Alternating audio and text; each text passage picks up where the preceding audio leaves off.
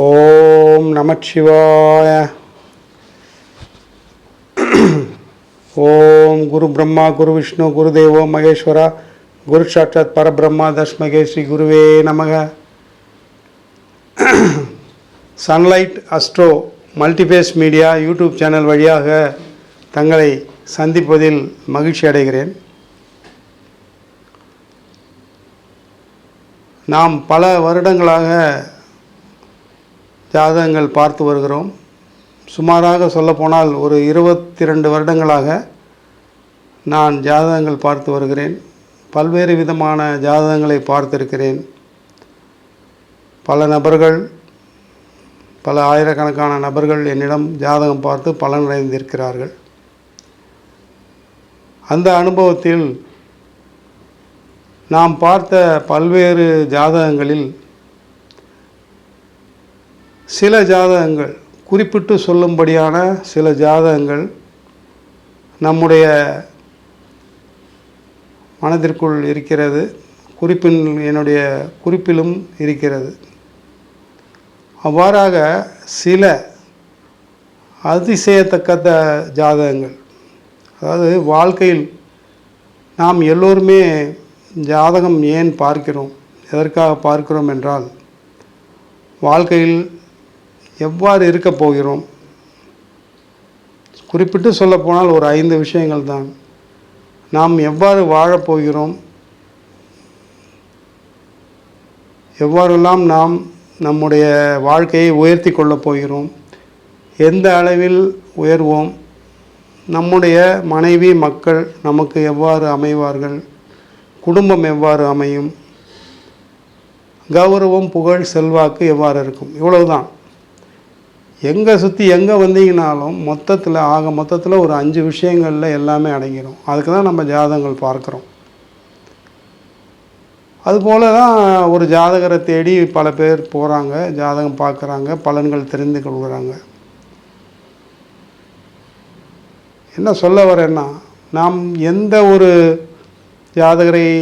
ஜோதிடரை போய் பார்த்து ஜாதகம் பார்த்தாலும் இந்த ஒரு 5-6 விஷயங்களுக்கு தான் நாம் எதிர்பார்ப்போம். அதற்கு மேல் நாம் எதிர்பார்ப்பதில்லை. பொதுமக்களாகிய நீங்கள் அதற்கு மேல் ஒன்றும் எதிர்பார்ப்பதில்லை. அந்த வகையில் பார்க்கும்பொழுது பல பேரை நான் பல ஜாதகங்கள் பார்த்திருக்கிறேன், பல விதமான குறிப்புகள் சொல்லியிருக்கிறேன், பலவிதமான அனுபவங்களை நானும் ஜாதகம் பார்த்த வகையில் ஜாதகர்களிடமிருந்து நான் பெறப்பட்டிருக்கிறேன். நாம் பலன்கள் சொன்ன விதத்தில் பல ஜாதகங்கள், பல ஆயிரக்கணக்கான ஜாதகங்கள், அதில் சில குறிப்பிடத்தக்க, அதிசயிக்கத்தக்க, அதே நேரத்தில் நாமே சில நேரங்களில் நினைத்து பிரமிக்கத்தக்க, நான் ஒரு அஸ்ட்ராலஜர், நான் ஒரு ஜோதிடர் தான், நமக்கே சில நேரங்களில் அவர்களுடைய வாழ்க்கையை நாம் சொல்கிறோம். அவருடைய வாழ்க்கை பார்க்க போனால் இவ்வாறெல்லாம் நடந்து விடுகிறதா, இவ்வாறெல்லாம் நடக்கிறதா என்று நாமே சில நேரங்களில் ஸ்தம்பிக்கும்படியான சில சம்பவங்கள் சிலரது வாழ்க்கையில் நடக்கிறது. நாம் கண்கூடாக பார்த்திருக்கிறோம். அதுபோன்று பார்த்து அதிசயிக்கத்தக்க சில ஜாதகங்களை தங்களிடம் அதை குறிப்பிட்டு காண்பித்து அதில் இருக்கக்கூடிய பல்வேறு ஜாதக நுணுக்கங்களை தங்களிடம் பகிர்ந்து கொள்ள விரும்புகிறேன். தங்களுக்கும் ஓரளவு அதிலிருந்து சில பயன்கள் கிடைக்குமானால் மிகுந்த சந்தோஷம். அந்த வகையில் கடந்த 22 வருடங்களுக்குள் தான், அதற்கு மேல் கிடையாது, இது 22 வருடங்களாகத்தான் நான் ஜாதகத்தை ஜோதிடராக நான் பரிமளித்து கொண்டிருக்கிறேன். அது மக்களாகிய உங்களுடைய அனுக்கிரகத்தினாலும், கடவுளுடைய அனுக்கிரகத்தினாலும், கடவுளுடைய பரிபூர்ணமான ஆசியினாலும், என்னுடைய சிறிய முயற்சியினாலும் அது நடந்து கொண்டிருக்கிறது. அந்த வகையில் பார்க்க போனால் பல ஜாதகங்கள் பார்த்திருக்கிறோம், ஆயிரக்கணக்கான ஜாதகங்கள் பார்க்கிறோம், பொருத்தம் பார்த்து கொடுக்கிறோம், திருமணம் நடந்து விடுகிறது, பலன்கள் சொல்கிறோம், தொழிலில் மேன்மை பெறுகிறார்கள், இப்படியெல்லாம் பல்வேறு விதமான ஜாதகங்கள் இருந்தாலும் அதிலும் சில குறிப்பிடத்தக்க அதிசயிக்கத்தக்க சில 100 ஜாதகங்கள் இருக்கிறது. ஒரு 100 ஜாதகங்கள் சொல்லலாம், குறைந்தபட்சம் இன்னும் அதிகமாக கூட இருக்கும். அவ்வாறான சில ஜாதகங்களை நான் இங்கே குறிப்பிட்டு தங்களுக்கு ஒரு சிறிய விளக்கத்தை கொடுக்க விரும்புகிறேன். அந்த வகையில் இன்று நாம் எடுக்கக்கூடிய முதல் பதிவு இதுதான். இன்றுதான் இந்த பதிவு, இந்த விதமான ஒரு பதிவானது இன்றுதான் முதல் முறையாக தங்களுக்கு சமர்ப்பிக்கிறேன். அந்த வகையில் நமக்கு மிக நெருங்கிய நண்பர் என்று கூட சொல்லலாம். ஒரு 20 வருடங்களாக பார்த்தேன் என்றால் கடந்த 12 வருடங்கள் வரை அவரை தெரியும். 12 வருடங்களுக்கு முன்பு அவரை தெரியும். அவருக்கு நான் பலவிதமான பலன்கள் சொல்லியிருக்கிறேன். அதற்கு முன் 10 வருடங்களாக சொல்லியிருக்கிறேன். அதில் நான் சந்தித்தது அவருடைய ஜாதகம்தான் முதலில் நினைவுக்கு வந்தது எனக்கு. ஆண் நபர், அவருடைய ஜாதகத்தை தான் தற்போது தங்களுக்கு நேரடியாக இவ்விடத்தில் பதிவு செய்ய விரும்புகிறேன். தாங்கள் நேரடியாக பார்க்கலாம்.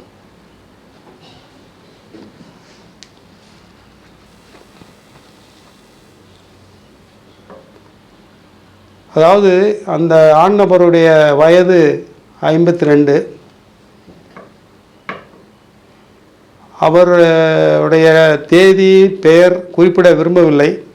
ஏனெனில் பிறருடைய வாழ்க்கையை நாம் ஜாதகம் என்ற முறையில் நாம் வெளியிடக்கூடாது. இருந்தாலும் ஒரு 50% அவருடைய ஜாதகத்தை மட்டும் குறிப்பிட்டு சொல்வதில் தவறொன்றுமில்லை என்று நான் நம்புகிறேன். அந்த வகையில் அவர் பிறந்தது திருவாதிரை நட்சத்திரம், மிதுன ராசி. அவருடைய பிறந்த நேரப்படி பார்க்க போனால் ரிஷப லக்னம். ரிஷப லக்னம், மிதுன ராசி, திருவாதிரை நட்சத்திரம். மிதுன ராசி, ரிஷப லக்னம், நட்சத்திரம் திருவாதிரை. அதில் அவர் பிறந்த நட்சத்திரம் திருவாதிரை என்பதால் இருந்தாலும் அவர் பிறந்தது முதல் பாதம். எனவே அவர் பிறந்த தேதியிலிருந்து பார்த்தோமானால் ராகு தசையினுடைய இருப்பு ஒரு 15 வருடங்கள். முதல் பாதத்தில் பிறந்திருக்கிறார் ஜாதகர். அதாவது ராகு தசை மொத்தத்தில் 18 வருடங்கள். அவர் பிறந்தது ராகு தசை, திருவாதிரை நட்சத்திரம் முதல் பாதம், ராகு தசையில் பிறந்திருக்கிறார். ஒரு 15 வயது வரை ராகு தசை. இதுதான் அவருடைய பிறந்த நிலை. இப்போது ஜாதகத்தினுடைய நிலையை பார்ப்போம். அவர் பிறந்த நேரத்தை வைத்து பார்க்கும்பொழுது அவர் ரிஷப லக்னம், மிதுன ராசி.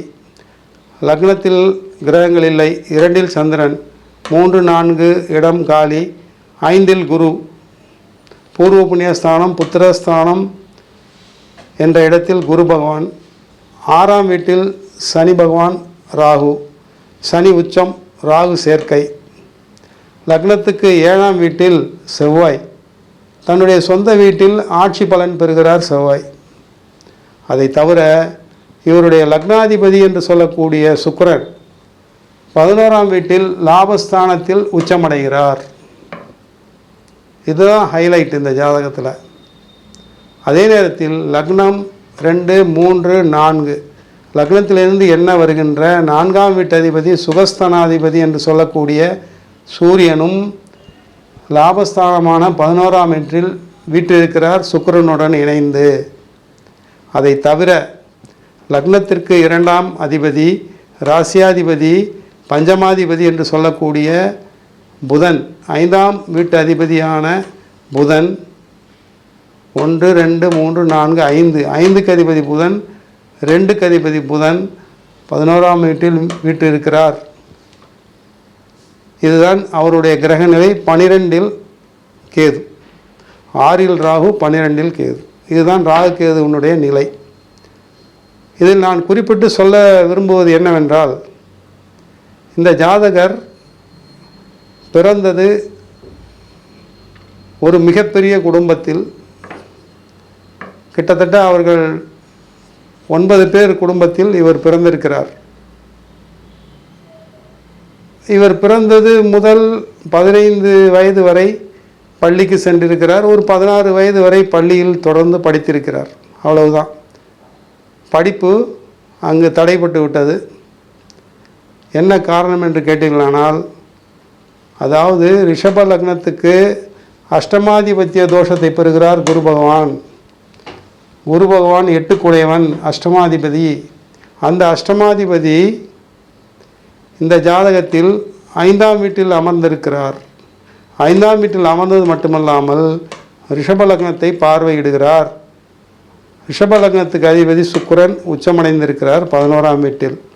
அந்த ரிஷப லக்னத்தை சுக்கிரன் வீட்டை குரு பார்வையிட்டதால் குரு தசை பிறந்தவுடன் 16 வயதில் படிப்பு தடைப்பட்டு விட்டது. இது முதல் விஷயம். குடும்பம் மிகவும் சிரமத்தில் இருக்கக்கூடிய குடும்பம்.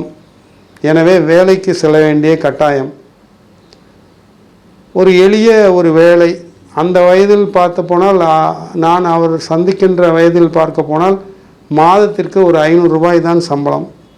அதுபோன்ற வேலையில் போய் இணைந்தார், வேலை செய்தார். குரு 5ஆம் வீட்டில், சந்திரனுக்கு 4ஆம் வீட்டில் கஜகேசரி யோகம் உள்ள ஜாதகம். சந்திரன், அதாவது சந்திரனுக்கு 4ஆம் வீட்டில் சுகஸ்தானத்தில் குரு, குருவுக்கு 10ஆம் வீட்டில் சந்திரன், கஜகேசரி உள்ள ஜாதகம், கஜகேசரி யோகம் உள்ள ஜாதகம். அதை தவிர சனி உச்சம் பெறுகிறார். இந்த லக்னத்திற்கு 9, 10 என்று சொல்லக்கூடிய 9ஆம் வீட்டு அதிபதி மகரத்துக்கு அதிபதி சனி, 10ஆம் வீட்டு அதிபதிக்கு சனி. இந்த இரண்டுக்கும் அதிபதியான சனி 6ஆம் வீட்டில், அதுதான் விசேஷம். ரிஷப லக்னத்திற்கு 6ஆம் வீட்டில் சனி உச்சமடைகிறார். தர்ம கர்மாதிபதி யோகம் பெற்ற சனி பகவான் 6ஆம் வீட்டில் உச்சமடைகிறார். மூன்றாவதாக இவருடைய லக்னத்திற்கு 7ஆம் அதிபதி என்று சொல்லக்கூடிய செவ்வாய் 7ஆம் வீட்டில் கேந்திரத்தில் அமர்ந்து ஆட்சி பெறுகிறார். இது மூன்றாவது விஷயம். சரி, எல்லாவற்றுக்கும் கிரீடம் வைத்தார் போல் இந்த ஜாதகர் லக்னாதிபதி உச்சமடைகிறார் 11ஆம் வீட்டில். ஆனால் குடும்பாதிபதி என்று சொல்லக்கூடிய புதனும் 5ஆம் அதிபதி என்று சொல்லக்கூடிய புதனும் அவ்விடத்தில் நீச்சமடைகிறார். 4ஆம் வீட்டு அதிபதி 1, 2, 3, 4 கூடிய சூரியன் அவ்விடத்தில் அமர்கிறார் 11ஆம் வீட்டில் லாபஸ்தானத்தில். ஏன் இதை இங்கே சொல்கிறேன் என்றால், லக்னாதிபதி வலுத்திருக்கிறார், 5இல் குரு அமர்ந்திருக்கிறார், 7ஆம் வீட்டில் செவ்வாய் அமர்ந்து லக்னத்தை பார்க்கிறார். இவ்வளவு சத்பலம் அமைந்தும் படிப்பு இல்லை, ஏகப்பட்ட சிரமங்கள் வாழ்க்கையில், வருமானத்திற்கு தடைகள், தாமதங்கள். அவர் பிறந்தது ராகு தசையில் 15 வருடம் போயாகிவிட்டது. குரு தசை பிறந்த பிறகு அவர் வேலைக்கு சென்று விட்டார். அப்போது குரு இந்த லக்னத்திற்கு அஷ்டமாதிபதி, நல்லது செய்ய மாட்டார்.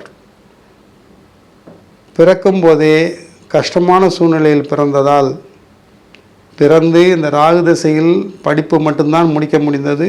குரு தசை பிறந்த பிறகு ஏதோ ஒரு மாதத்திற்கு 500 ரூபாய் சம்பளம் அந்த காலத்தில்.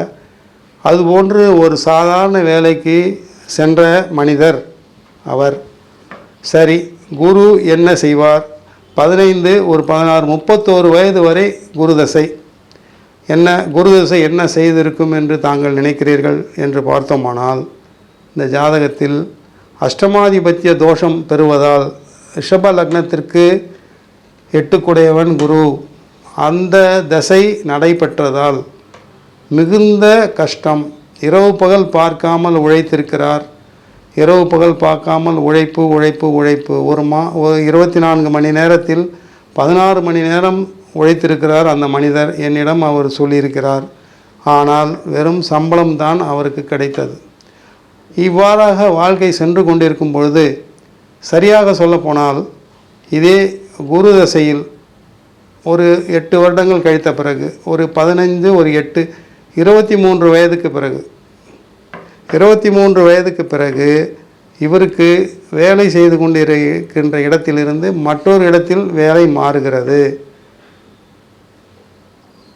மீதம் இருக்க போகக்கூடிய ஒரு 8 வருடங்கள் குரு பகவானோட திசை ஓடிக்கொண்டிருக்கும்போது இவருடைய இடம் மாறுகிறது, வேலை செய்யக்கூடிய இடம் மாறுகிறது. சரி, இப்போது இது இவ்வாறு இருக்கும்போது ராசி கட்டத்திற்கு வருவோம்.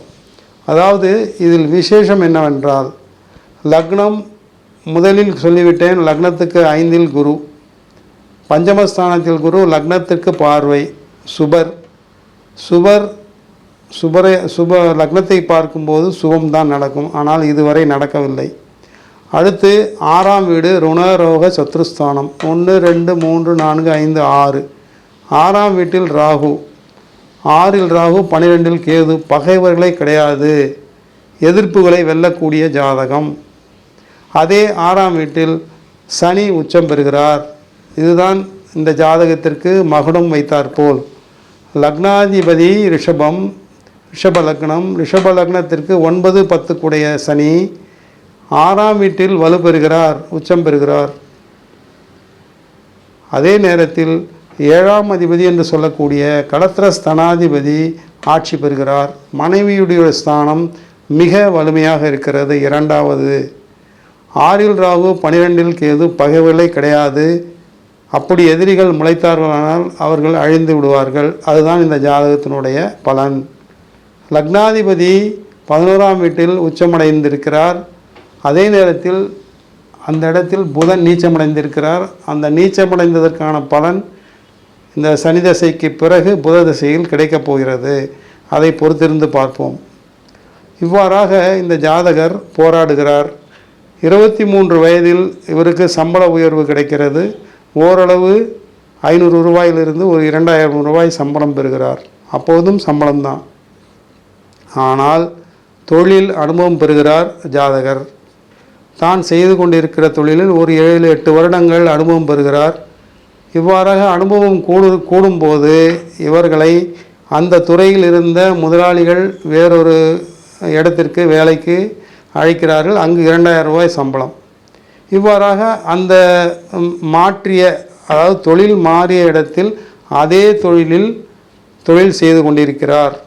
அவ்வாறு செய்து கொண்டிருக்கும் பொழுது 23 வயதிலிருந்து ஒரு 28வது வயதில், அதாவது குரு தசை முடியும் தருவாயில், குரு தசையில் ராகு புக்தியில் 28 வயது 29வது வயதில் அவருக்கு காதல் திருமணம் நடக்கிறது.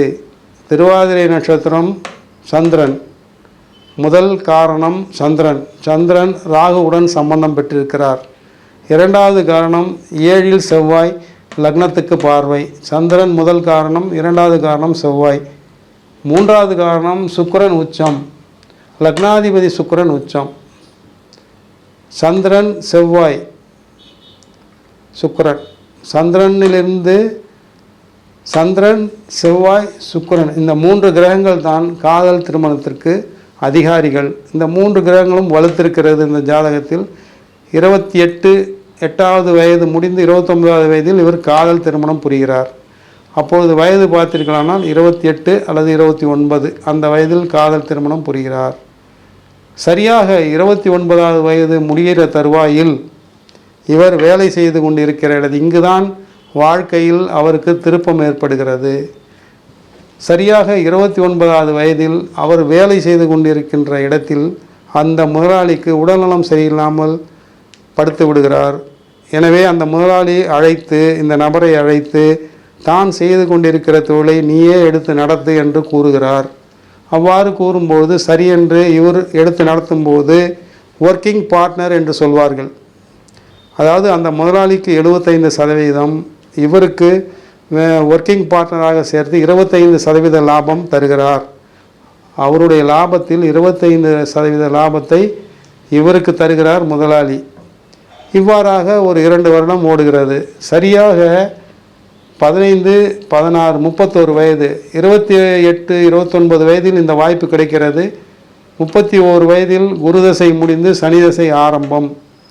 சரியாக சனி தசை பிறந்து ஒரே ஒரு வருடத்தில் அந்த முதலாளி என்ன சொல்கிறார் என்றால், அவர் மிகுந்த உடல்நிலை சரியில்லாமல் மிகவும் மோசமாகிவிட்டதால் நான் செய்து கொண்டிருக்கிற தொழிலை நீயே எடுத்து நடத்து என்று கூறுகிறார்.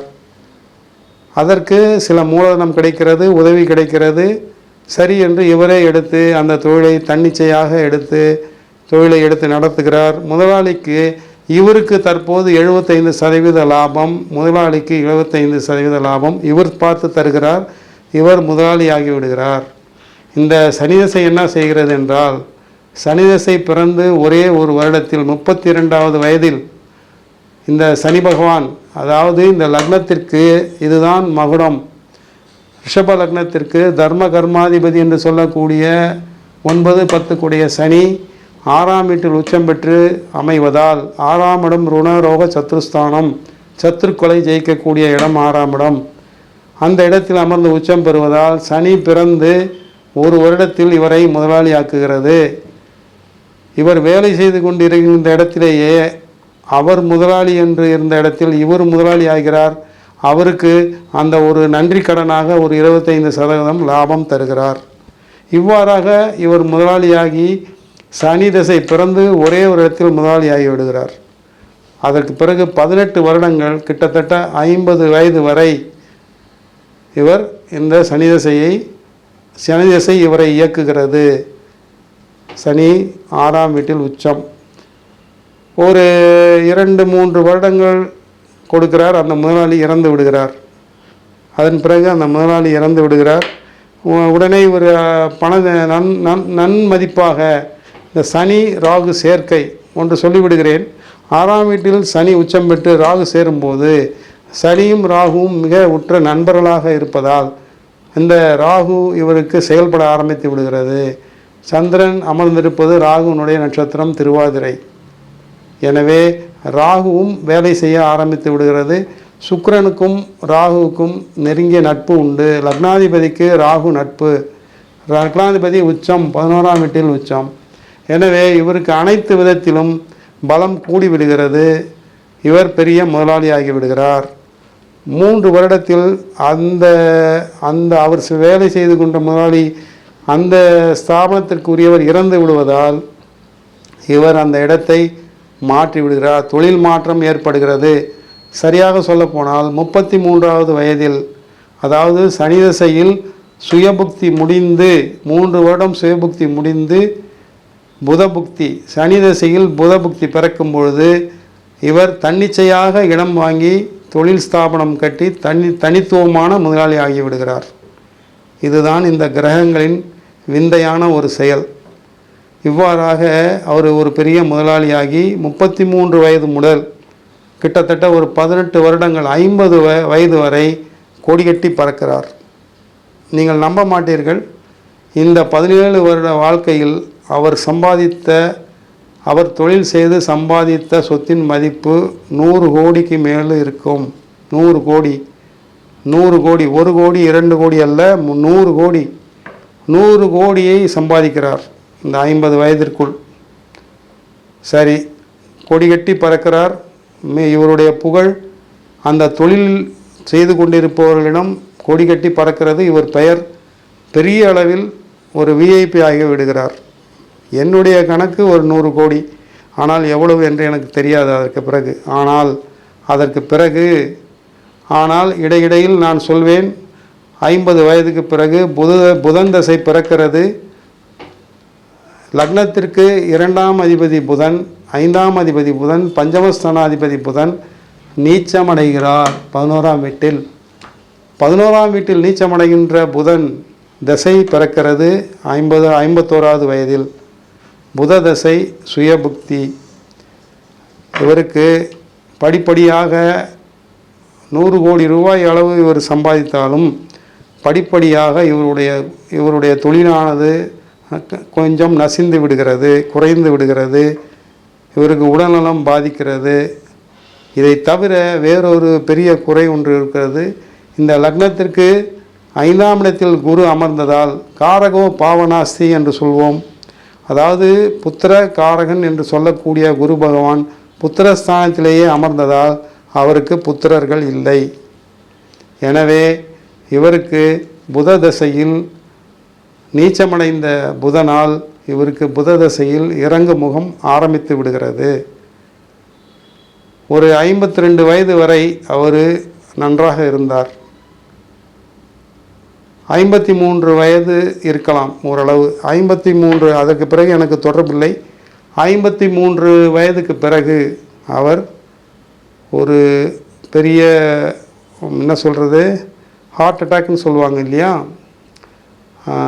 அதாவது உடல் நலம் பாதிக்கப்பட்டு தன்னுடைய மன அழுத்தத்தினால் உடல்நலம் பாதிக்கப்பட்டு ஹார்ட் அட்டாக் ஏற்பட்டு, அதாவது இதய அடைப்பு என்று சொல்வார்கள், ஹார்ட் அட்டாக் ஏற்பட்டு அவருடைய வாழ்க்கை முடிகிறது. அதாவது 52 வயது முடிந்து 53வது வயதில் அவருடைய வாழ்க்கை முடிந்து விடுகிறது. ஏன் இதை சொல்ல வருகிறேன் என்றால், இந்த பிறப்பிற்கு இவ்வாறெல்லாம் வாழ வேண்டும், இவ்வாறு வாழ்ந்து இந்த திசை வரும்போது இவருடைய வாழ்க்கை முடிய வேண்டும் என்று ஒரு கட்டாயம் இருக்கிறது. இதை இந்த ஜாதகர் நான் கண்கூடாக பார்த்த ஜாதகர். ஏன் இதை சொல்ல வருகிறேன் என்றால், இந்த ஜாதகத்தில் இறுதியாக சொல்லி முடித்து விடுகிறேன். அஷ்டமாதிபதி என்று சொல்லக்கூடிய எட்டுக்குடையவன் குரு பகவான், அவன்தான் மாரகாதிபதி. இந்த ஜாதகருக்கு குருதான் மாரகாதிபதி. அந்த மாரகாதிபதி நல்லது செய்ய மாட்டார். குரு பகவான் அவர்தான் மாரகஸ்தானத்தை ஏற்படுத்தி விடுகிறார். இந்த குருவினுடைய பார்வை லக்னத்திற்கு. இவ்வாறாக இந்த ஜாதகர் வாழ்ந்து முடித்து விடுகிறார். அதாவது நான் என்ன சொல்ல வருகிறேன் என்றால், எந்த ஒரு ஜாதகத்திற்கும் எந்த ஒரு ஜாதகருக்கும் நல்ல பலன்கள் தீர்க்கமாக நடைபெறுகிறது, நாம் இல்லை என்று மறுக்க முடியாது. அதே நேரத்தில் சில ஜாதகர்களுக்கு சில காலங்களில் சில தீய பலன்களும் நடைபெறலாம். எதுவுமே நிரந்தரமில்லை, அனைத்துமே மாற்றத்திற்குரியது தான்.